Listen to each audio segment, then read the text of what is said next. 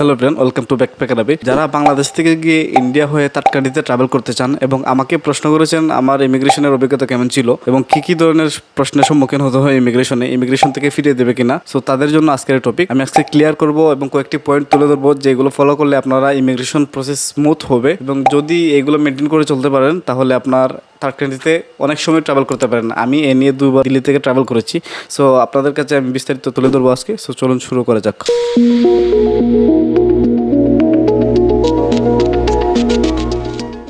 আচ্ছা, point number 1, আপনি যে বাংলাদেশ থেকে ফ্লাইটের যে হাই কস্ট, এটা তো নিশ্চয়ই দেখেছেন। আপনি যদি অনলাইনে সার্চ করেন কোনো একটা অ্যাপস থেকে, তাহলে দেখতে পারবেন বাংলাদেশের এবং এই ইন্ডিয়ার থেকে, পাশের দেশ ইন্ডিয়া থেকে যে ফ্লাইটের যে কস্টটা। আপনি যদি ঢাকা থেকে ব্যাংককে একটা ফ্লাইট সার্চ দেন সেম ডেটে এবং পাশের দেশ ইন্ডিয়ার একটি রাজ্য থেকে, যেমন আপনি ওয়েস্ট বেঙ্গলের কলকাতা থেকে যদি সার্চ দেন সেম ডেট সেম ডেস্টিনেশন, তাহলে দেখবেন কতটুকু ফেয়ার ডিস্টেন্স দেখায়। সো আপনার ডেস্টিনেশন সেম, তারিখটাও সেম, আর হচ্ছে আপনার শুধু এয়ারপোর্টটা চেঞ্জ হবে। দেখবেন এখানে কত ধরনের ফেসিলিটি পাচ্ছেন। আপনি বিভিন্ন ভালো ভালো এয়ারলাইন্স পাচ্ছেন আপনি কম রেটে। সো এই চিপ রেটের কারণে মূলত সবাই ইন্ডিয়া থেকে প্রেফার করে ট্রাভেল করার। আমাদের দেশের এয়ারলাইন্স গুলো একদম লুটে নিচ্ছে আমাদের কাছ থেকে, এর জন্য সবাই আসলে ট্রাভেল করতে ভয় পায় যে এত রেট, কারণ এক দেশের এয়ারফেয়ার দিয়ে আমরা আরেক দেশে ঘুরতে পারি ইন্ডিয়া থেকে যে এয়ারফেয়ারটা।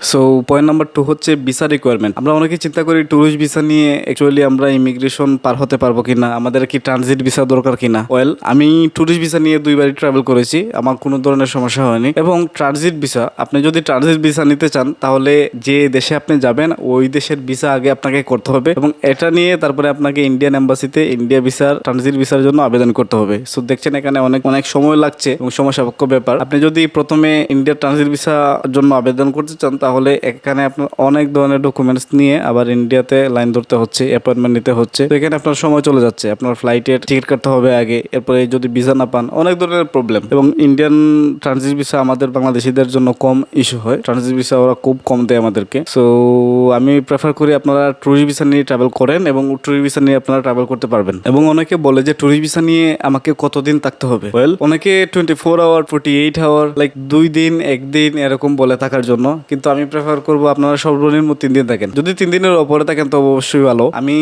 সবাইকে প্রেফার করবো 3 দিন থাকেন, ইন্ডিয়াতে যান, ইন্ডিয়াতে গিয়ে 3 দিন সময় কাটানো। আর আপনার যদি কোনো এই অ্যাডভান্টেজ নিতে হয়, লাইক আমি লাস্ট সেন্ট্রাল এশিয়াতে গিয়েছিলাম, সেন্ট্রাল এশিয়ার কোন কান্ট্রিতে ট্রাভেল করেছিলাম আমি আমার এই চ্যানেলে আপলোড দিয়েছি, আমি কোন কান্ট্রিতে গিয়েছি। আপনারা যদি প্রিভিয়াস ভিডিওগুলো দেখে থাকেন, লাইক আমি উজবেকিস্তানে গিয়েছিলাম, উজবেকিস্তানের তো ভিসা আমি করেছি, তারপরে তাজিকিস্তানের ভিসা ইন্ডিয়া থেকে। লাইক এ ধরনের অ্যাডভান্টেজ যদি আপনারা নিতে পারেন তাহলে আপনাদের এখানে থাকা হয়ে যাচ্ছে, ভিসা হয়ে যাচ্ছে, আপনারা অ্যাডভান্টেজও নিচ্ছেন, তারপর আপনারা ফ্লাইটেও স্মুথলি ট্রাভেল করতে পারছেন ইমিগ্রেশনে কোনো ধরনের প্রবলেম ছাড়া। সো এই অ্যাডভান্টেজটা সবসময় নেওয়ার চেষ্টা করবেন যদি প্রয়োজন হয় আর যদি অ্যাপ্লিকেবল হয় আপনার ক্ষেত্রে।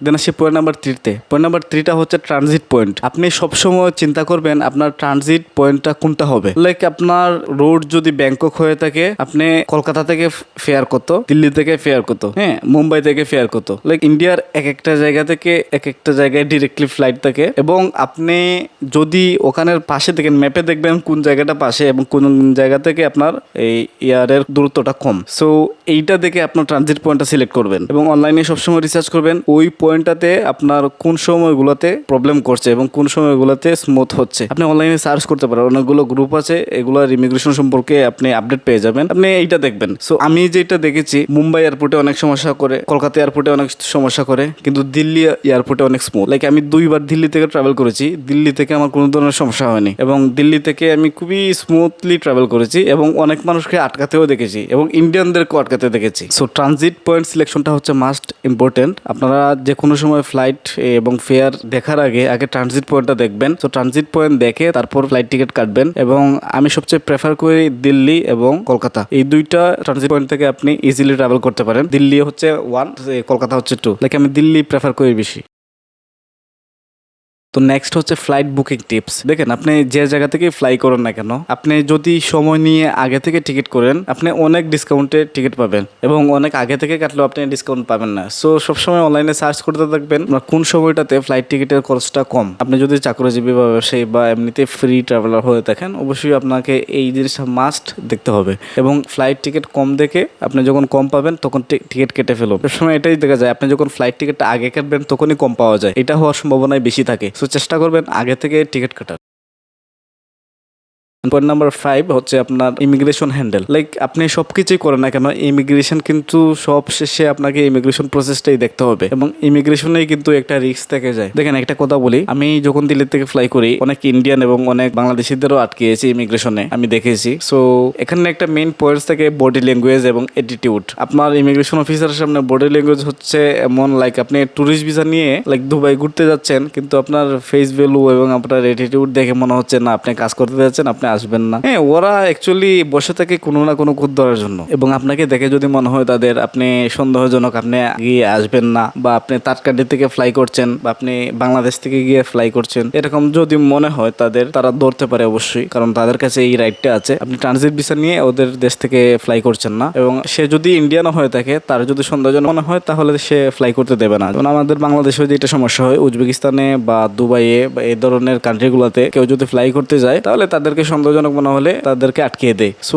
এই সমস্যাটা সব জায়গায়, আপনি বডি ল্যাঙ্গুয়েজ এবং আপনার অ্যাটিটিউড যদি ঠিক না থাকে, সব ইমিগ্রেশনে আপনাকে আটকে দিতে পারে। সো আমি সবসময় খেয়াল করি এইটাই, যে আমি অনেক ট্যুরিস্টদের বা অনেক মানুষ যারা ফ্লাই করে তাদের বডি ল্যাঙ্গুয়েজ দেখেছি, বডি ল্যাঙ্গুয়েজ দেখে মনে হয় না তারা ট্যুরিস্ট। সো মেক শিওর আপনারা ট্যুরিস্ট ভিসায় যেহেতু যাচ্ছেন, এবং আপনারা যেহেতু সেকেন্ড কান্ট্রি থেকে ফ্লাই করবেন, আপনাদেরকে একটা এই প্রসিডিউর মেনটেন করতে হবে। যেমন আপনাদের বডি ল্যাঙ্গুয়েজ, আপনাদের স্ট্রাকচার, আপনাদের যে লুকিংটা, এইটা অবশ্যই ইমিগ্রেশন অফিসারের সামনে একটু দেখে শুনে করবেন আর কি। লাইক ওকে যখন আপনি পাসপোর্ট দেবেন, আপনাকে যেন মনে হয়, প্রথম দেখায় মনে হয় আপনি একজন ট্যুরিস্ট, এবং আপনি ফ্লাই করছেন এখান থেকে জাস্ট এখানে ভিজিট করার জন্যই, আপনার এক্সট্রা কোনো উদ্দেশ্য ছিল না। আপনি ইন্ডিয়াতে ঘুরতে এসেছিলেন, এরপর ইন্ডিয়াতে ঘুরে গিয়ে আপনি নেক্সট কান্ট্রিতে ট্রাভেল করছেন। এই জিনিসটা সবসময় মাথায় থাকবেন, এবং বিফ কনফিডেন্ট এবং কনফিডেন্সিয়াল থাকাটা হচ্ছে গুরুত্বপূর্ণ একটা বিষয়। আপনি ইমিগ্রেশন অফিসের সামনে একদম কনফিডেন্ট থাকবেন, যেন আপনি কিছুই জেনে বুঝে করেননি, আপনি ইন্ডিয়া থেকে ফ্লাই করছেন, আপনার পরবর্তীতে মনে হচ্ছে নেক্সট কান্ট্রিতে যাবেন, ওই কান্ট্রিতে আপনি যাচ্ছেন। এই জিনিসটা সবসময় মনে রাখবেন এবং কনফিডেন্ট থাকবেন, তাহলে আমি মনে করি কোনো ধরনের সমস্যা হবে না। আর আমার যে অভিজ্ঞতা হয়েছে, আমি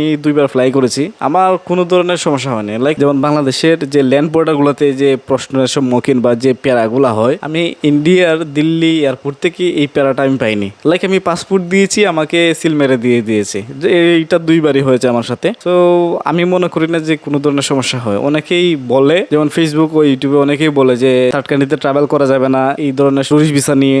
অনেকেই বলে, সবাই একটু বেশি বলে আমি মনে করি, কারণ আমি 2বার ফ্লাই করেছি, আমি 2বারই আমার ইমিগ্রেশন প্রসেসটা খুব স্মুথ হয়েছিল। এবং অনেকে এটা বলে থাকেন যে ইন্ডিয়ার টুরিস্ট ভিসা নিয়ে আমি যদি ট্রাভেল করি, নেক্সট টাইম আমাকে টুরিস্ট ভিসা দেবে না। সো এইটা সবচেয়ে বড় প্রমাণ হচ্ছে আমি, কারণ আমি ফ্লাই করার পরে 2বার অ্যাপ্লাই করে 2বারে আমি টুরিস্ট ভিসা পেয়েছি, আমার কখনো ইন্ডিয়ান ভিসাও রিজেক্ট হয়নি। সো এইগুলো মাথায় রাখবেন না কেউ, কারণ অনেকে অনেক কিছু বলে যে সেকেন্ড কান্ট্রি থেকে ফ্লাই করা যাবে না। আমার মাথায় এই ধরনের প্রশ্ন ছিল, আমি যখন ট্রাভেল করার চিন্তা করছিলাম তখন আমার মনে অনেক ধরনের প্রশ্ন ছিল, আমি কিভাবে ট্রাভেল করবো ইজিলি। সো অনেক গ্রুপগুলোতে আমি পোস্ট করি, কিন্তু এই যথাযথ সবাই শুধু ভয় দেখাচ্ছিল যে ফ্লাইট টিকিটের টাকাটা আপনার চলে যাবে, আপনি যদি ফ্লাই করার চেষ্টা করেন আপনার ইমিগ্রেশনে যেতে দেবে না, এই ধরনের বিভিন্ন ধরনের সমস্যা কথা অনেকে আমাকে বলেছিল। তো আমি এগুলো না শুনে মূলত চলে গিয়েছিলাম, এবং অনেক প্রশ্ন ছিল আমার মনে, কিন্তু আমি মানুষকে করিনি, যেহেতু আমি এরকম মানুষ পাইনি। সো আপনাদের যদি কোনো ধরনের প্রশ্ন থাকে এবং কোনো ধরনের কিউরিসিটি থাকে এটা নিয়ে, ফ্লাই করার নিয়ে, আমাকে অবশ্যই কোয়েশ্চেন করতে পারেন, কমেন্ট করতে পারেন, আমি আপনাদের রিপ্লাই দেওয়ার চেষ্টা করবো আমার অভিজ্ঞতা মতে। সো যারা আমাকে প্রশ্ন করেছিলেন এই বিষয় নিয়ে একটা ভিডিও বানাতে, তাদের জন্য আজকের এই ভিডিওটি ছিল। আমার ইমিগ্রেশন অভিজ্ঞতা খুবই স্মুথ ছিল, এবং আমি ভিডিওতে বলেছি আপনারা এই জিনিসগুলো ফলো করবেন, কারণ আমি এই জিনিসগুলোই ফলো করেছি। যদি আপনারা অ্যাকচুয়ালি যেতে চান তাহলে ইন্ডিয়া থেকে যেতে পারেন। সো আপনাদের যদি কোনো কোয়েশ্চেন থাকে আমাকে আবার করতে পারেন, আমি আপনাদের রিপ্লাই দেওয়ার চেষ্টা করবো। আজকের ভিডিও এইটুকুই ছিল। সো দেখা হচ্ছে নেক্সট ভিডিওতে। Thank you very much.